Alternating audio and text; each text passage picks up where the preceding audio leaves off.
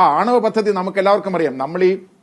ഞാൻ ആദ്യം പറഞ്ഞതിന്റെ ഭാഗമായിട്ടുള്ളൊരു കാര്യം, ഈ ആണവ പദ്ധതി എന്ന് പറയുന്നത്, അതായത് ഇറാന്റെ കയ്യിൽ ആണവായുധമുണ്ട് എന്ന് ബെഞ്ചമിൻ നെതന്യാഹു എന്ന് പറയുന്ന രാഷ്ട്രീയക്കാരൻ പറയാൻ തുടങ്ങിയിട്ട് വളരെ വർഷങ്ങളായി. 1996 മുതൽ അദ്ദേഹം നിരന്തരമായി പറഞ്ഞുകൊണ്ടിരിക്കുകയാണ്. അത് പിന്നെ അന്തർദേശീയ വേദികളിലും അദ്ദേഹത്തിന് കിട്ടുന്ന എല്ലാ വേദികളിലും ഇത് പറഞ്ഞുകൊണ്ടിരിക്കുകയാണ്. ഇപ്പോൾ നമ്മുടെ പൊതുമണ്ഡലത്തിൽ അതുണ്ട്. അത് ഈ പിന്നെ നമ്മുടെ ഈ ഇതിനു വേണ്ടിയിട്ട് ഞാനൊന്ന് പറയണമെന്ന് ആഗ്രഹിക്കുന്നു.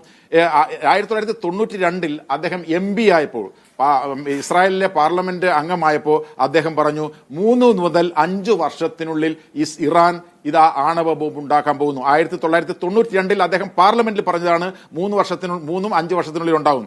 1995 അദ്ദേഹം ഒരു പുസ്തകം എഴുതി, ഫൈറ്റിംഗ് ടെററിസം എന്ന പുസ്തകത്തിന്റെ പേര്. ആ പുസ്തകത്തിൽ അദ്ദേഹം എഴുതി 5 വർഷത്തിനും 7 വർഷത്തിനുള്ളിൽ ഉറപ്പായിട്ടും ഇറാൻ ആണവായുധം ഉണ്ടാക്കിയിരിക്കും. 1995 പറഞ്ഞു. 2002 പറഞ്ഞു. 2002 അദ്ദേഹം പറഞ്ഞത് ചെറിയ സദസ്സിലല്ല, അമേരിക്കൻ കോൺഗ്രഷണൽ കമ്മിറ്റിയുടെ മുമ്പിൽ അദ്ദേഹം പ്രത്യക്ഷപ്പെട്ടുകൊണ്ട് പറഞ്ഞു, 2002 ഓർക്കണം, ഇറാഖിലും ഇറാനിലും ഉടൻ തന്നെ ആണവായുധം ഉണ്ടാകും, ഇവയെ ആണവായുധം ആക്രമണത്തിലൂടെ ഇല്ലാതാക്കണം. തീർച്ചയായിട്ടും 2002 അദ്ദേഹം നടത്തിയ ആ സംഭാഷണത്തിന് പ്രയോജനമുണ്ടായി. 2003 വെപ്പൺസ് ഓഫ് മാസ് ഡിസ്ട്രക്ഷൻ എന്നുള്ള പേരിൽ ഇറാഖിൽ കടന്നു കയറി ആക്രമണം നടത്തി ഇറാഖിനെ ഇല്ലാതാക്കി.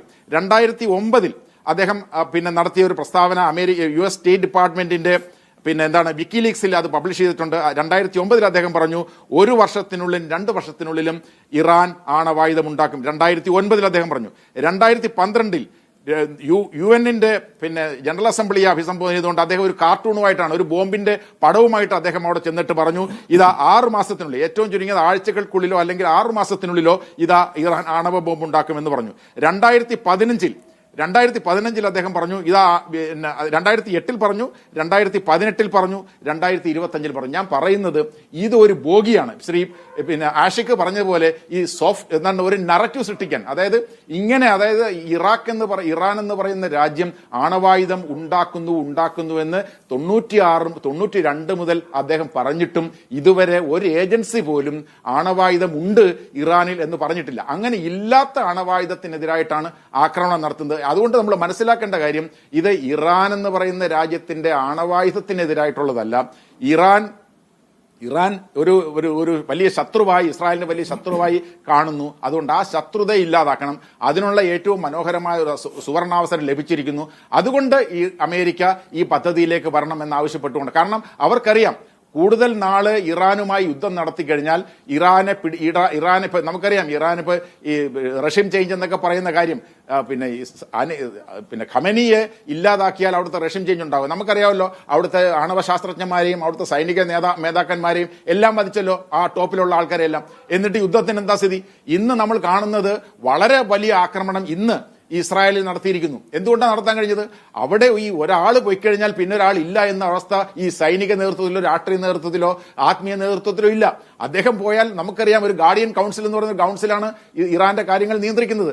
ആ ഗാർഡിയൻ കൗൺസിൽ ഖമനി ഇല്ലെങ്കിൽ അടുത്തയാൾ വരും. അപ്പൊ അതുപോലെ തന്നെ സേനയുടെ നേതൃത്വത്തിൽ ഇരിക്കുന്ന ആളുകൾ പോയി അതിന് തൊട്ട് താഴെയുള്ളവർ വരും. ആണവശാസ്ത്രജ്ഞൻ, നമ്മൾ മനസ്സിലാക്കേണ്ട ഒരു കാര്യം, ഈ ആണവശാസ്ത്രം എന്ന് പറയുന്നത് 1950 മുതൽ ഇറാനിൽ നിലനിൽക്കുന്ന ഒരു ചിന്തയാണ്. അത് വളരെ ആ പൊതുസമൂഹത്തിൽ ഒട്ടാകെ ആണവശാസ്ത്രത്തെക്കുറിച്ചും ആണവശാസ്ത്രത്തിന്റെ സാങ്കേതിക വിദ്യകളെക്കുറിച്ചും ആ പൊതുസമൂഹത്തിന് കൃത്യമായ ധാരണയുണ്ട്. അതുകൊണ്ട് കുറച്ചൊരു 8-10 ആണവശാസ്ത്രജ്ഞന്മാരെയൊക്കെ വധിച്ചു കഴിഞ്ഞാൽ, കുറെ ആണവ കേന്ദ്രങ്ങളെ ഇല്ലാതാക്കി കഴിഞ്ഞാൽ ഇത് ഇല്ലാതായി പോകുമെന്ന് ധരിക്കാനുള്ള മൗഢ്യം ഇസ്രായേലിന് മാത്രമേ ഉണ്ടാവുള്ളൂ. നമുക്കറിയാമല്ലോ, ഈ നദാൻസിലെയും അല്ലെങ്കിൽ അങ്ങനെയുള്ള ഇസ്ഫഹാൻ പോലുള്ള സ്ഥലങ്ങളിലെ ആണവ കേന്ദ്രങ്ങളെ ആക്രമിച്ചപ്പോൾ എന്താണ് യൂറോപ്യൻ രാജ്യങ്ങളുടെ പ്രതികരണം എന്തായിരുന്നു? നമ്മൾ കണ്ടല്ലോ, യുക്രൈൻ റഷ്യ യുദ്ധം നടന്നപ്പോൾ സപ്പോറിഷ്യയിലെ ആണവ കേന്ദ്രത്തിന്റെ അടുത്തൊരു ഡ്രോൺ വന്ന് വീണു. അങ്ങനെ ഡ്രോൺ വന്ന് വീണപ്പോൾ യൂറോപ്പ് ഉണ്ടാക്കിയ പുകലെന്താണ്? യൂറോപ്പ് പറഞ്ഞു, ഇതാ റഷ്യ ആണവായുധം തുടങ്ങാൻ പോകുന്നു, ഇതാ സപ്പോറിഷ്യയിലെ ആണവ കേന്ദ്രത്തെ തകർത്തുകൊണ്ട് യൂറോപ്പിനെ മുഴുക്കെ ആണവ ആക്രമണത്തിന്റെ കേന്ദ്രമാക്കി മാറ്റാൻ പോകുന്നു എന്ന് പറഞ്ഞിട്ട് വലിയ ബഹളം ഉണ്ടാക്കിയത്. ഇവിടെ അതിനേക്കാൾ, അതായത് ആ ആണവ കേന്ദ്രത്തിന് യാതൊരു സംഭവം പറ്റിയില്ല. എന്നാൽ ഇവിടെ നേരിട്ട് ആണവ കേന്ദ്രത്തിനെതിരെ ആക്രമണം നടത്തി ആണവ വികിരണം വരെ ഉണ്ടാകും എന്ന് സംഭവം ഉണ്ടായിട്ട് ഈ ആണവ ശക്തിക്കെതിരായിട്ട് നിൽക്കുന്ന ഏതെങ്കിലും ഏതെങ്കിലും ഒരു യൂറോപ്യൻ രാജ്യം പ്രതികരിച്ചോ? കണ്ടില്ല. എന്ന് പറഞ്ഞാൽ അതിന്റെ അർത്ഥം യൂറോപ്പിന്റെ ഒരു ഹിപ്പോക്രസി നമ്മൾ കാണണം, അമേരിക്കയുടെ ഹിപ്പോക്രസി കാണണം. കാരണം നമ്മൾ മനസ്സിലാക്കേണ്ട കാര്യം, ഈ ആണവായുധത്തിനെതിരായി ആണവായുധം കൈവശം വെക്കാൻ കഴിയില്ല എന്ന് പറയുന്ന അമേരിക്ക ഉൾപ്പെടെ രാജ്യങ്ങൾ എന്തുകൊണ്ട് ഈ ഇസ്രായേല് ആണവായുധം കൈവശം വെച്ചിരിക്കുന്നതിനെതിരെ നടപടിയെടുക്കുന്നില്ല? അത് ലോക സമൂഹം ഒട്ടാകെ ചിന്തിക്കേണ്ടതാണ്. അനധികൃതമായി ആണവായുധം ഉണ്ടാക്കി വെച്ചിരിക്കുന്ന ഒരു രാജ്യം ആണവ ശക്തിയുടെ വികസനത്തിനായി, നമുക്കറിയാം ലോകത്ത് 31 രാജ്യങ്ങൾ ആണവശക്തി ഉപയോഗിക്കുന്നുണ്ട്, 9 ആണവ ആയുധങ്ങളുള്ള രാജ്യങ്ങൾ ഉൾപ്പെടെ. ആ ആണവ ശക്തി എന്ന് പറയുന്നത് വികസിപ്പിച്ചു കഴിഞ്ഞാൽ, സാങ്കേതിക വികസിപ്പിച്ചാൽ വൈദ്യുതി ഉൽപ്പാദിപ്പിക്കുന്നതിനും മെഡിക്കൽ റിസർച്ചിനും ഒക്കെ ഉപകരിക്കുന്ന കാര്യമാണ്. അപ്പൊ അങ്ങനെയുള്ള അവർ പറയുന്നത് എന്താണ്, ഈ ചർച്ചകളൊക്കെ 5 റൗണ്ട് ചർച്ച നടന്നല്ലോ, ആ 5 റൗണ്ട് ചർച്ചയിൽ വാസ്തവത്തിൽ ഈ ലക്ഷ്യം മാറ്റി മാറ്റി കൊണ്ടുവന്ന അമേരിക്കയാണ്. ആദ്യം ചർച്ച തുടങ്ങുമ്പോൾ ഇത് സമാധാനത്തിലേക്ക്, അഗ്രിമെന്റിലേക്ക് വരണം എന്ന് പറഞ്ഞ് തുടങ്ങിയ ചർച്ചയുടെ ഒരു ഘട്ടത്തിൽ അമേരിക്ക പറഞ്ഞു നോ എൻറിച്ച്മെന്റ്, ഒരു കാരണവശാലും ആണവ എൻറിച്ച്മെന്റ് നടത്താൻ നിങ്ങൾക്ക് കഴിയില്ല. അപ്പോഴാണ് അവർ പറഞ്ഞത് no enrichment no deal. Enrichment നടത്താനുള്ള അവകാശം ഞങ്ങൾക്കില്ലെങ്കിൽ അത് ഞങ്ങളുടെ പരമാധികാരത്തിന്റെ അവകാശമാണ്, ആ അവകാശം ഇല്ലെങ്കിൽ ഞങ്ങൾ ഡീലിനില്ല. അപ്പൊ അങ്ങനെയുള്ള ആ 5 റൗണ്ട് ചർച്ച കഴിഞ്ഞ് വീണ്ടും ഒരു പുനർചർച്ച, അതായത് ഏതെങ്കിലും എൻറിച്ച്മെന്റിനുള്ള അവകാശം ഏതെങ്കിലും തരത്തിലൊരു ഒരു കൺസോർഷ്യം ഓഫ് നേഷൻസ്, രാജ്യങ്ങളുടെ കൂട്ടായ്മ ഏൽപ്പിച്ചുകൊണ്ട് ഒരു എൻറിച്ച്മെന്റ് അവകാശം ഇറാന് കൊടുക്കാമെന്നുള്ള തരത്തിലേക്ക് 6ാമത്തെ റൗണ്ടിലേക്ക് ചർച്ച പോയാൽ ആ ചർച്ച ഒരു എഗ്രിമെന്റിൽ എത്താൻ സാധ്യതയുണ്ട് എന്ന തിരിച്ചറിവ് ഉണ്ടായിരുന്നത് കൊണ്ടാണ് ഇറാൻ അതിന് കാത്തു നിൽക്കാതെ ജൂൺ 15 നടക്കേണ്ട 6ാമത്തെ ചർച്ച കാത്തു നിൽക്കാതെ ജൂൺ 13 ഈ ഇന്റർനാഷണൽ അറ്റോമിക് എനർജി ഏജൻസി നടത്തിയ ഒരു പഠനത്തിന്റെയും അല്ലെങ്കിൽ അവരുടെ ഒരു സമ്മേളനത്തിന്റെയും ബോർഡ് ഓഫ് ഗവർണേഴ്സിന്റെ റിപ്പോർട്ടിന്റെ അടിസ്ഥാനത്തിൽ ആക്രമണം നടത്തിയത്. പിന്നെന്താണ് ഈ ഇന്റർനാഷണൽ അറ്റോമിക് എനർജി ഏജൻസിയുടെ ഡയറക്ടർ ജനറൽ ആയിട്ടുള്ള റഫായൽ ഗ്രോസി പറഞ്ഞിട്ടുള്ള ഒരു കാര്യമുണ്ട്. അതായത് ഞങ്ങൾ നടത്തുന്ന റിപ്പോർട്ടുകളുടെ അടിസ്ഥാനത്തിൽ ഞങ്ങൾ ഒരു രാജ്യത്തിനും ആണവായുധമുണ്ട് എന്ന് പറഞ്ഞിട്ടില്ല, എന്നാൽ ഞങ്ങൾ ഈ ഓരോ കാലഘട്ടത്തിൽ പുറപ്പെടുവിക്കുന്ന റിപ്പോർട്ടുകളുടെ അടിസ്ഥാനത്തിൽ ഏതെങ്കിലും ഒരു രാജ്യം മറ്റൊരു രാജ്യത്തെ ആക്രമിക്കാൻ പാടില്ല, അത് തെറ്റാണ് എന്ന് പറയുന്ന തലത്തിലേക്ക് റഫായൽ ഗ്രോസിയുടെ പ്രസ്താവന വന്നു. എന്ന് പറഞ്ഞാൽ എന്റെ അർത്ഥം എന്താണ്, ഇതിനകത്തൊരു ഹിഡൻ അജണ്ടയുണ്ട്.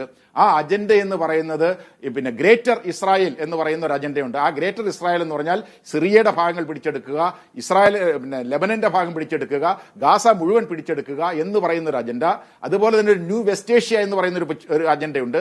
ആ ന്യൂ വെസ്റ്റ് ഏഷ്യ എന്ന് പറഞ്ഞാൽ ഈ പശ്ചിമേഷ്യൻ പ്രദേശം മുഴുവൻ ഇസ്രായേലിന്റെയും അമേരിക്കയുടെയും തീട്ടൂരങ്ങൾക്ക് വഴങ്ങുന്ന തരത്തിലുള്ള ഒരു മേഖലയാക്കി മാറ്റുക.